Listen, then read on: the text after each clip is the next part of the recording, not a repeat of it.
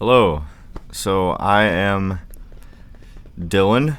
I am reading the whole entirety of the New Oxford Annotated Bible with the Apocrypha Revised Standard Version and recording it so more people can get a hold of it.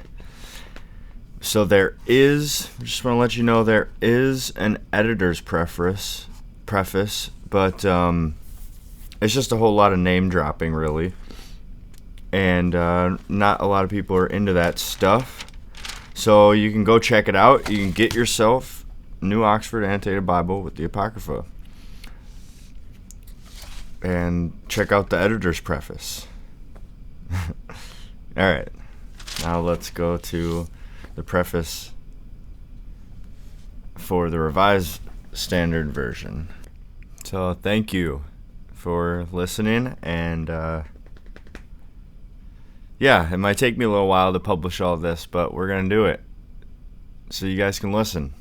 All right, take care. God bless you. In the name of the Father, Son, and the Holy Ghost. Preface to the Revised Standard Version.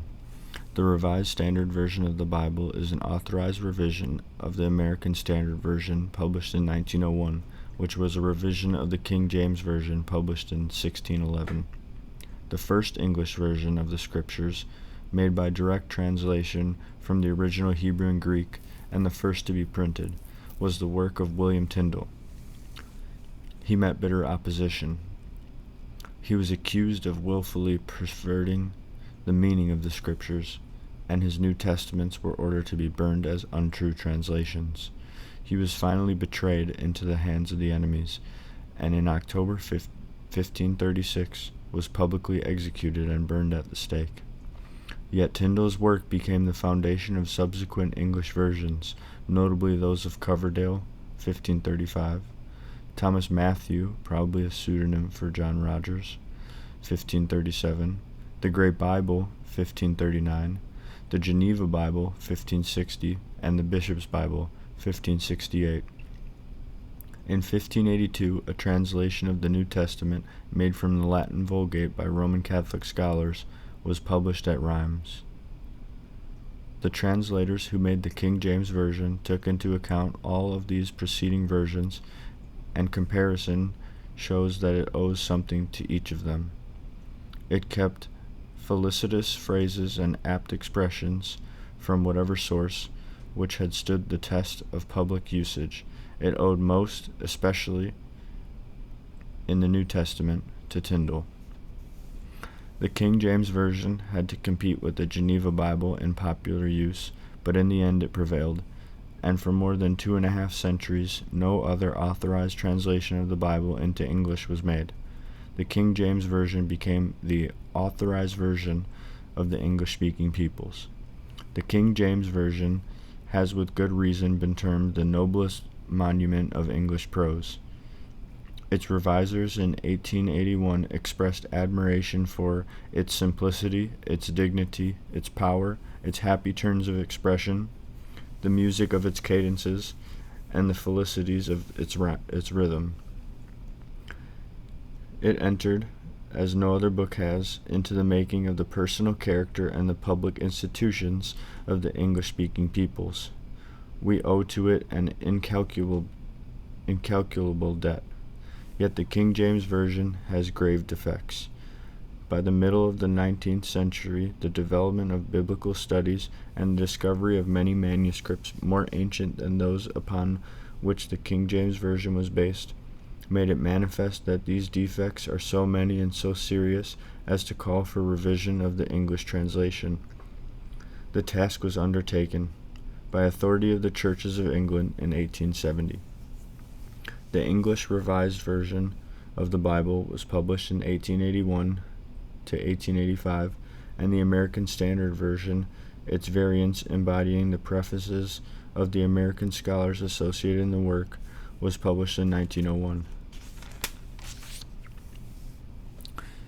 Because of unhappy experience with unauthorized publications in the 2 decades between 1881 and 1901, which tampered with the text of the English Revised Version in the supposed interest of the American public, The American Standard Version was copyrighted to protect the text from unauthorized changes.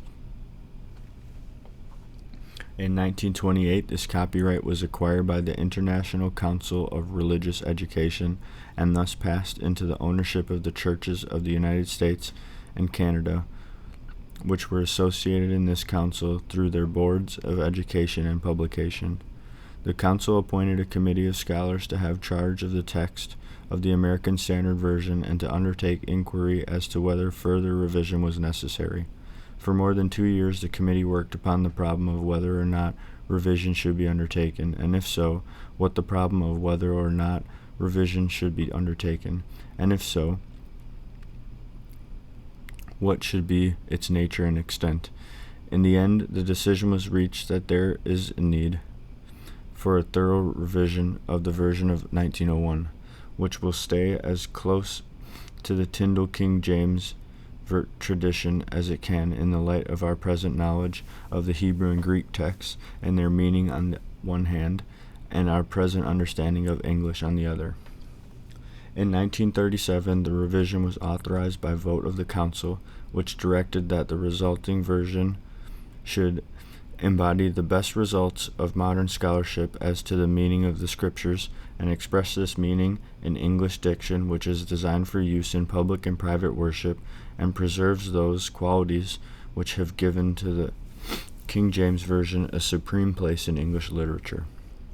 32 scholars have served as members of the committee charged with making the revision, and they have secured the review and counsel of an advisory board of 50 representatives of the cooperating denominations. The committee has worked in 2 sections, one dealing with the Old Testament and one with the New. Each section has submitted its work to the scrutiny of the members of the other section, and the charter of the committee requires that all changes be agreed upon by a 2/3 vote of the total membership of the committee. The revised Standard Version of the New Testament was published in 1946. The publication of the Revised Standard Version of the Bible, containing the Old and New Testament, was authorized by a vote of the National Council of the Churches of Christ in the USA in 1951. The problem of establishing the correct Hebrew and Aramaic text of the Old Testament is very different from the corresponding problem in the New Testament. For the New Testament, we have a large number of Greek manuscripts preserving many variant forms of the text. Some of them were made only 2 or 3 centuries later than the original composition of the books. For the Old Testament, only late manuscripts survive, all with the exception of the Dead Sea texts of Isaiah and Habakkuk and some fragments of other books, based on a standardized form of the text established many centuries after the books were written. The present revision is based on the consonantal Hebrew and Aramaic text as fixed early in the Christian era and revised by Jewish scholars, the Masoretes, of the 6th to 9th centuries. The vowel signs which were added by the Masoretes are accepted also in the main, but where a more probable and convincing reading can be obtained by assuming different vowels, this has been done. No notes are given in such cases, because the vowel points are less ancient and reliable than the consonants. Departure from the consonantal texts of the best manuscripts have been made only where it seems clear that errors in copying has been made before the text was standardized.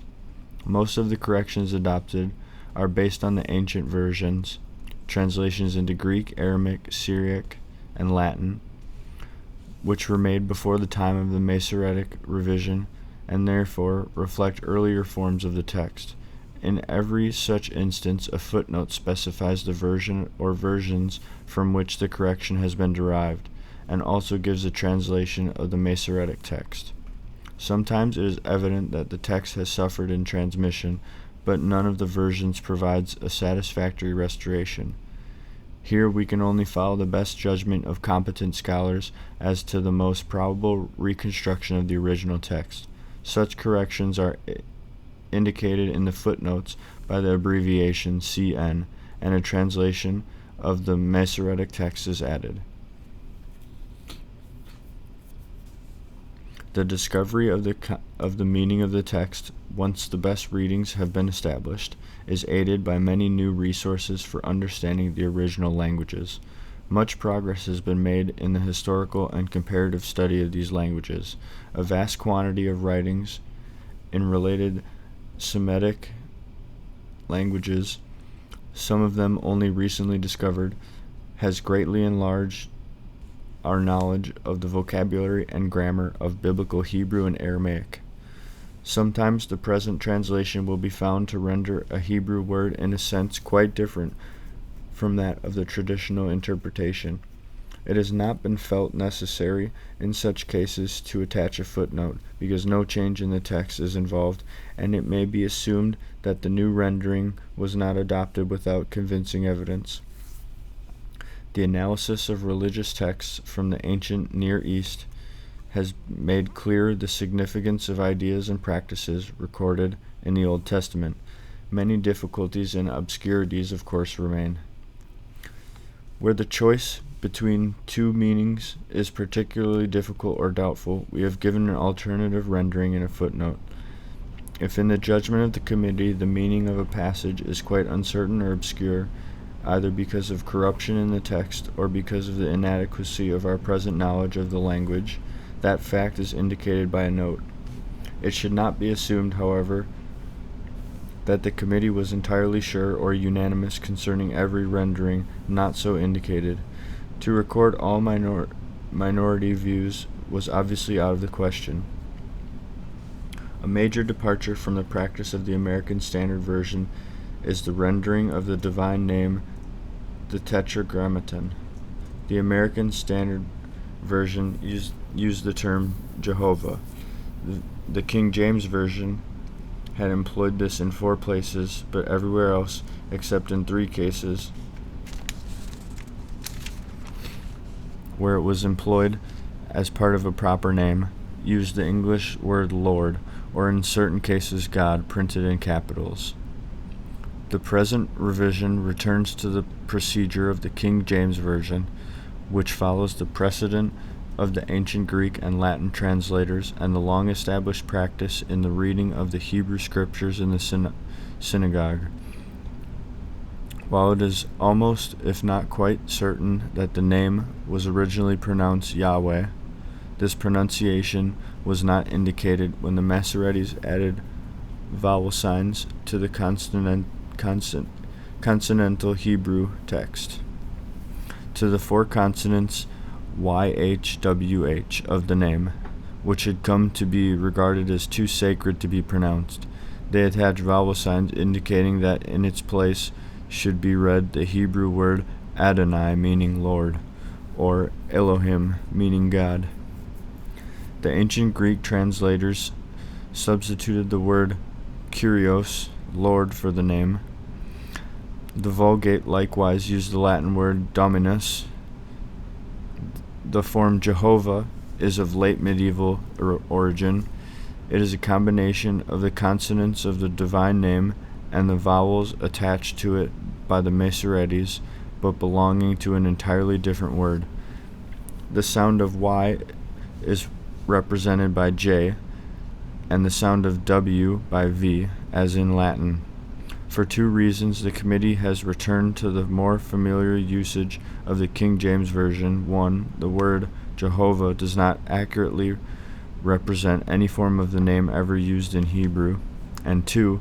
The use of any proper name for the one and only God, as though there were other gods from whom he had to be distinguished, was discontinued in Judaism before the Christian era and is entirely inappropriate for the universal faith of the Christian Church.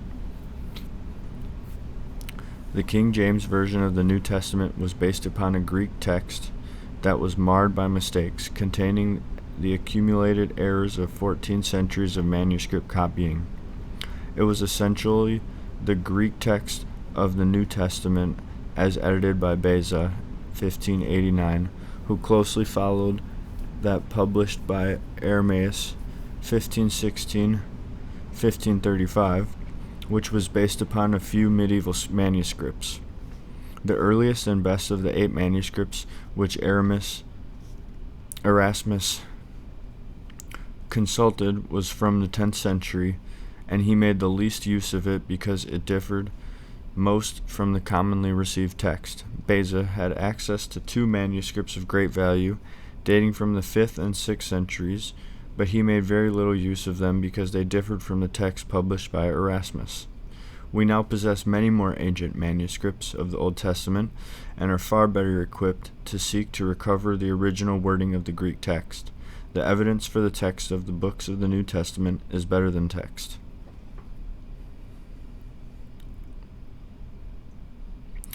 The evidence for the text of the books of the New Testament is better than for any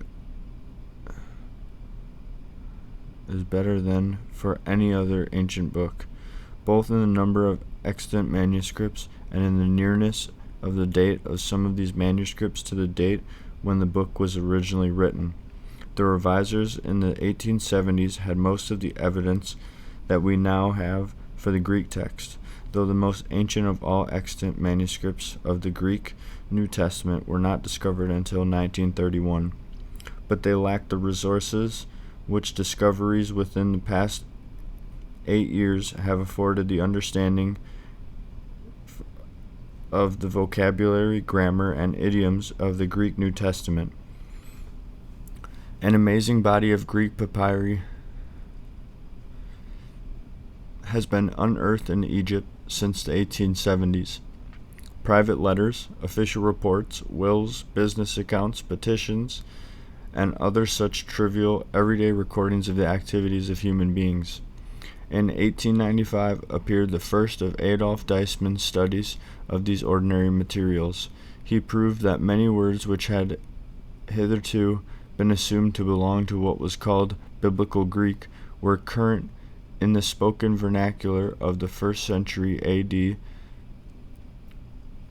The New Testament was written in the Koine, the common Greek, which was spoken and understood practically everywhere throughout the Roman Empire. In the early centuries of the Christian era, this development in the study of New Testament Greek has come since this work on the English Revised Version and the American Standard Version was done, and at many points sheds new light upon the meaning of the Greek text. A major reason for revision of the King James Version, which is valid for both the Old Testament and the New Testament, is the change since 1611 in English usage. Many forms of expression have become archaic, while still generally intelligible. The use of thou, thee, thy, thine, and the verb endings est and edst, the verb endings eth and th. It came to pass that, whosoever, whatsoever, insomuch that, because that, for that, unto, howbeit,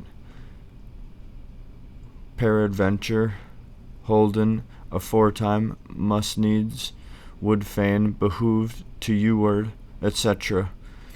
Other words are obsolete and no longer understood by the common reader. The greatest problem, however, is presented by the English words which are still in constant use, but now convey a different meaning from that which they had in 1611 and in the King James Version. These words were once accurate translations of the Hebrew and Greek scriptures, but now, having changed in meaning, they have become misleading. They no longer say what the King James translators meant them to say.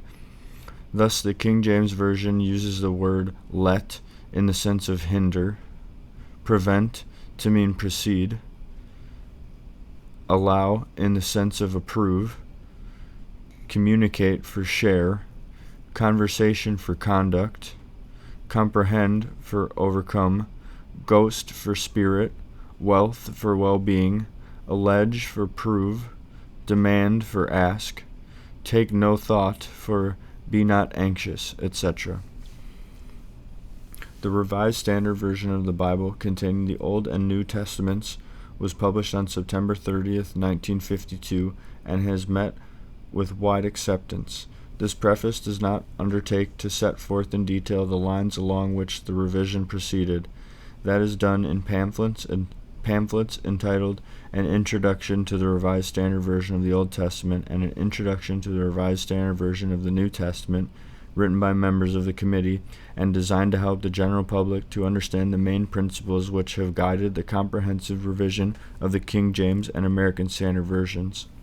These principles were reaffirmed by the committee in 1959 in connection with the study of criticisms and suggestions from various readers.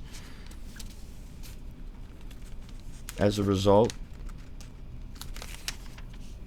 a few changes were authorized for subsequent editions, most of them corrections of punctuation, capitalization, or footnotes. Some of them are changes of words or phrases made in the interest of consistency, clarity, or accuracy of translation. The Revised Standard Version Bible Committee is a continuing body holding its meetings at regular intervals. It has become both ecumenical and international, with Protestant and Catholic members who come from Great Britain, Canada, and the United States. The second edition of the translation of the New Testament, 1971, profits from textual and linguistic studies published since the Revised Standard Version New Testament was first issued in 1946. Many proposals for modification were submitted to the committee by individuals and by 2 denominational committees. All of these were given careful attention by the committee. 2 passages, the longer ending of Mark 16:9-20, and the account of the woman caught in adultery, are restored to the text, separated from it by a blank space and accompanied by informative notes describing the various arrangements of the text in the ancient authorities. With new manuscript support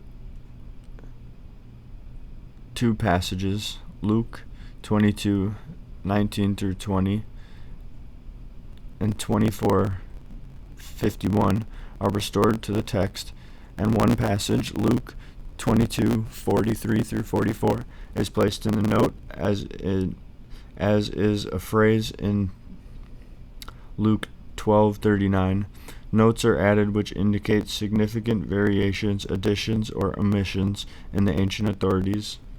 Matthew 9:34, Mark 3:16, 7:4, Luke 24:32-51, etc.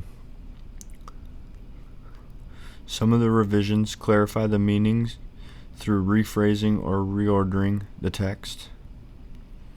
Even when the changes appear to be largely matters of English style, they have the purpose of presenting to the reader more adequately the meaning of the text. The Revised Standard Version Bible seeks to preserve all that is best in the English Bible, as it has been known and used through the years. It is intended for use in public and private worship, not merely for reading and instruction. We have resisted the temptation to use phrases that are merely current usage, and have sought to put the message of the Bible in simple, enduring words that are worthy to stand in the great Tyndale King James tradition. We are glad to say, with the King James translators, truly, good Christian reader, we never thought from the beginning that we should need to make a new translation, nor yet to make of a bad one a good one, but to make a good one better. The Bible is more than a historical document to be preserved, and it is more than a classic of English literature to be cherished and admired. It is a record of God's dealing with men, of God's revelation of himself and his will. It records the life and work of him in whom the Word of God became flesh and dwelt among men. The Bible carries its full message not to those who regard it simply as a heritage of the past or praise its literary style, but to those who read it that they may discern and understand God's word to men. That word must not be disguised in phrases that are no longer clear, or hidden under words that have changed or lost their meaning. It must stand forth in language that is direct and plain and meaningful to people today. It is our hope and our earnest prayer that this Revised Standard Version of the Bible may be used by God to speak to men in these momentous times, and to help them to understand and believe and obey His word.